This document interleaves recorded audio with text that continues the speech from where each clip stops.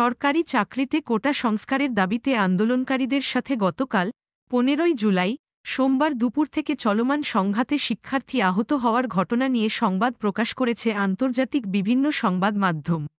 মঙ্গলবার 16 জুলাই বেশ কয়েকটি আন্তর্জাতিক সংবাদ মাধ্যমের খবরের শিরোনামে দেখা যায়, বাংলাদেশে চাকরিতে কোটা সংস্কার নিয়ে আন্দোলনরত শিক্ষার্থীদের সাথে ছাত্রলীগের সংঘর্ষে শতাধিক শিক্ষার্থী আহত হয়েছে।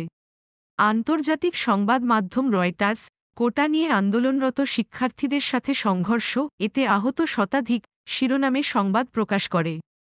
পুলিশ ও প্রত্যক্ষদর্শী সূত্রে প্রতিবেদনে বলা হয়, সরকারি চাকরির জন্য কোটা পদ্ধতি সংস্কারের দাবিতে আন্দোলনরত শিক্ষার্থীদের সাথে ক্ষমতাসীন দলের অনুগত বাংলাদেশ ছাত্রলীগের সংঘর্ষের ঘটনা ঘটে। সোমবারের এই সংঘর্ষে সাড়া 100 জনেরও বেশি শিক্ষার্থী আহত হয়েছে। আনাদোলু নিউজ এজেন্সি সরকারি চাকরিতে কোটা বাতিলের প্রতিবাদে বাংলাদেশে শতাধিক শিক্ষার্থী আহত শিরোনামে সংবাদ প্রকাশ করে। প্রতিবেদনে বলা হয়, সরকারি চাকরিতে কোটা সংস্কার নিয়ে আন্দোলনরত শিক্ষার্থীরা সোমবার ক্ষমতাসীন দলের অনুগত ছাত্রলীগের বিক্ষোভে পড়ে এতে কয়েকশ শিক্ষার্থী আহত হয়েছে।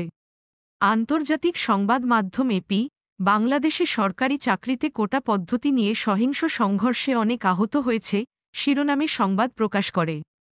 প্রতিবেদনের সবশেষে আপডেটে জাহাঙ্গীরনগর বিশ্ববিদ্যালয়ের সংঘর্ষের কথা উঠে আসে।